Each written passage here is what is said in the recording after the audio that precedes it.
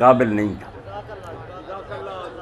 تو یہ اتحاد کی محفل جس میں میں نے اشتہار میں پڑھا کہ مولانا یوسف انور صاحب بھی آ رہے ہیں اہل حدیث کی طرف سے، مجھے بھی بلایا گیا، مولانا جاوید اکبر ساکی صاحب کو بھی بلایا گیا، آپ بھی شیعہ دوست جمع ہیں۔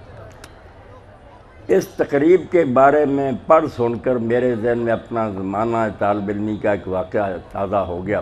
میں جب ہائی اسکول میں پڑھتا تھا، تک جمرہ ہائی اسکول میں پڑھتا تھا میں، تو کمپنی باغ میں قادیانیوں کے خلاف ختم نبوت کی طرف سے ایک جلسہ ہوا۔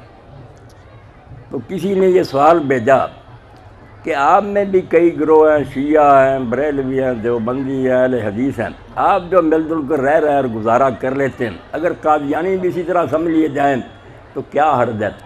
تو قاضی احسان احمد سعود آبادی رحمۃ اللہ علیہ نے ایک بڑی پیاری بات کہی، وہ اتحاد کے لیے آپ سب کو بھی ذہن میں بٹھانی چاہیے اور قادیانیوں کا مسئلہ بھی حل ہو جاتا۔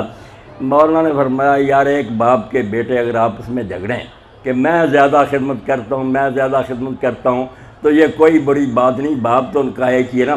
ہم جو اللہ کے رسول علیہ السلام کو ماننے والے میں آپس میں یہ مسابقت کریں، ایک دوسرے سے آگے نکلنے کی کوشش کریں، شیعہ کہیں ہم زیادہ احترام کرتے ہیں، بریلوی کہیں ہم مقام رسالت کے محافظ ہیں، دیوبندی کہیں ہم سرکار کے غلام ہیں، تو کتنی اچھی بات ہے۔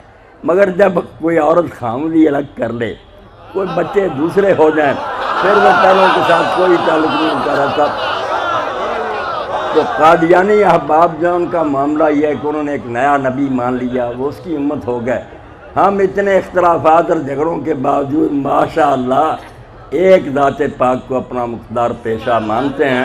حضرت محمد مصطفیٰ صلی اللہ علیہ وسلم ہماری روح اور جان ہے، رمز قرآن روح ایمان جان دی، ہست حب رحمت للعالمین۔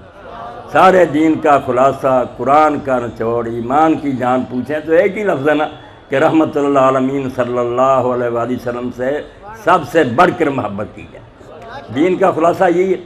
جس شخص کا سینہ اللہ کے رسول علیہ السلام کی محبت سے خالی ہے، ارشاد رسالت مآب علیہ السلام ہے لا یؤمن احدکم حتی اکون احب الیہ من والدہ وولدہ والناس اجمعین۔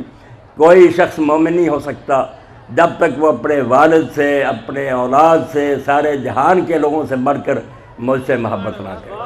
تو ایمان کی کسوٹی، ایمان کا معیار، ایمان کی دلیل اور حجت محمد عربی صلی اللہ